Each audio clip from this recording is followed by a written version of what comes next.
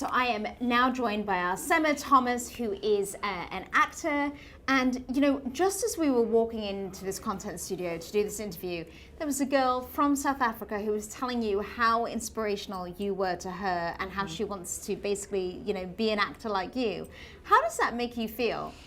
I mean, it's a really great reminder of why I do what I do. I think there have been moments where I was going back and forth on the decision of whether or not I wanted to follow my dreams, and I know how much it would have been, you know, truly crucial to have met someone who's gone through the same steps as I would go to take. And so it feels just full circle. It feels like I'm paying it back in a certain way. And it's really interesting because you grew up in Kenya, but you've lived in so many other African countries. Then you've lived in the US, you now live in London. Yep. So you've had a lot of experience about how different people see or think of Africa. Yes. And yes. so what do you think is one of the biggest misconceptions people have about Africa? Oh, that's a real, I can only pick one. I think the biggest misconception is the fact that Africa is a country. I think that whole idea of Africa as a continent is said and repeated because of how, honestly, it is considered to be one monolith, one just ginormous place with one language, one currency, one leader. But it's 54. Exactly. Right. And just way more nuanced and absolutely dimensional than, I would say, any other continent. So that's the biggest misconception. And, you know, being an actor, you have incredible power because, again, like there was that girl who was from South Africa who watched you as a female role model, but also this kind of soft power to bring people together. And, you know, your series can goes across borders and can bring people together in a way that free trade agreements can't. Yes, that's true. That's true. That's very true. Yeah. So how exciting or surprising has this particular conference been for you?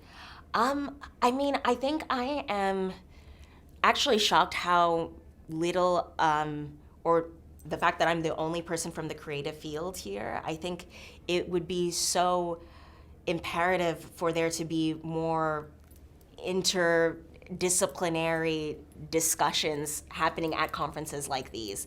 I mean, you put it perfectly. The media, specifically on the African continent, is one of the largest and most powerful tools.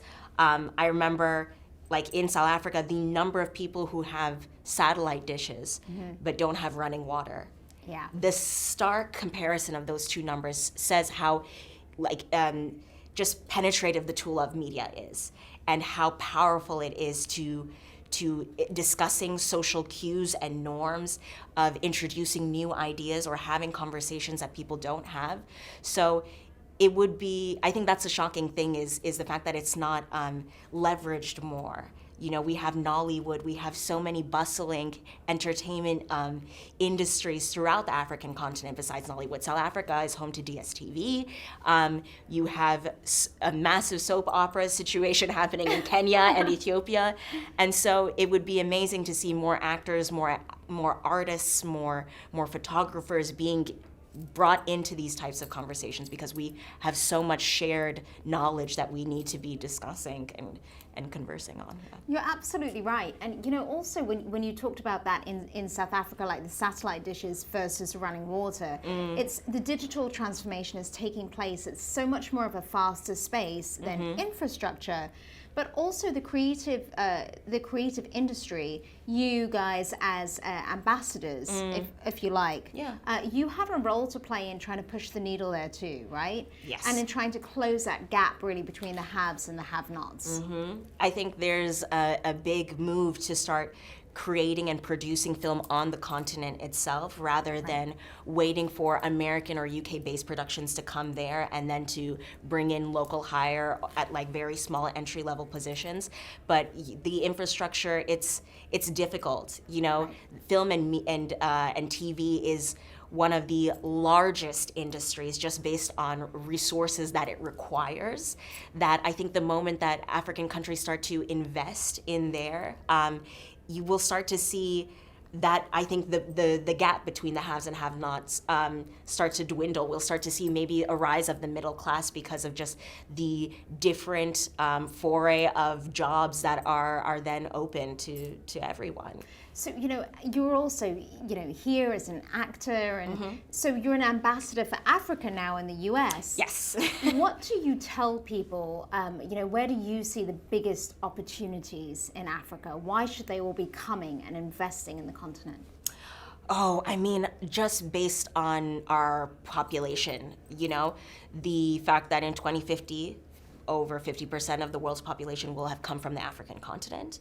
The distribution of our population that is young and unemployed, there is this well of potential on the African continent that I think just doesn't exist. But I think it's also investing in Africans so that they can invest in themselves. Right. I think there is less of a need for, US-based companies to come and transplant themselves on the African continent, and more of a need for incubators and accelerators to kind of foster an environment of entrepreneurship on the African continent so we can create these industries for ourselves.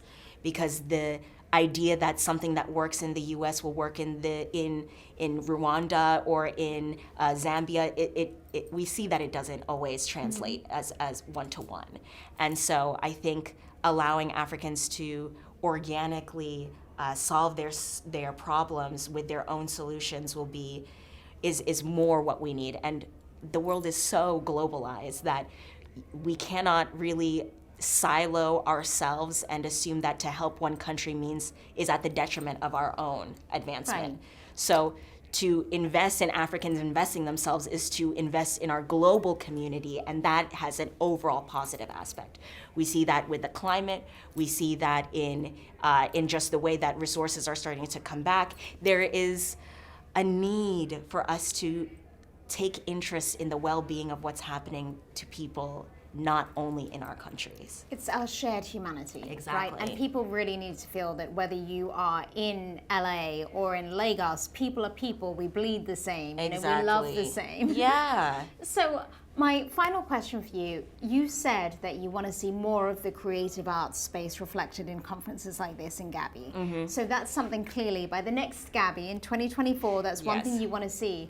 What is one thing that you can do to make that happen by next year? Oh, that's such a good question. I think just based on the networking that is going to happen today and tomorrow, I'll have a very clear understanding. But I think I view myself as a liaison in a way of, I sat in today's discussions and heard things that I didn't even know myself. And so to be able to relay that to producers or writers or whatever next set that I walk into, I think will be a massive bit of help. But I think also just there's a beautiful thing about storytelling in that everything is a story. Like this today could be an amazing, very intense movie if we wanted it to be. And that is just one way of paying it forward, of making sure that some of the information that was discussed here is then disseminated to, to people who can't afford to be in rooms like this, for people who don't have the previous expertise or prerequisites to be in conferences like this. So I think it's about that of finding the stories in the education, that whole idea of like a spoonful of sugar, to make the medicine go down, finding ways of packaging what has happened today so that everyone has access to it and they don't have to go onto the Gabby website or have previous knowledge of it existing. If that makes sense. I look forward to it. Gabby the movie, maybe Gabby the series. This time next year, that's what we'll be talking about. Exactly. It'll be, who knows? You heard it here first. Thank you very much. Thank you.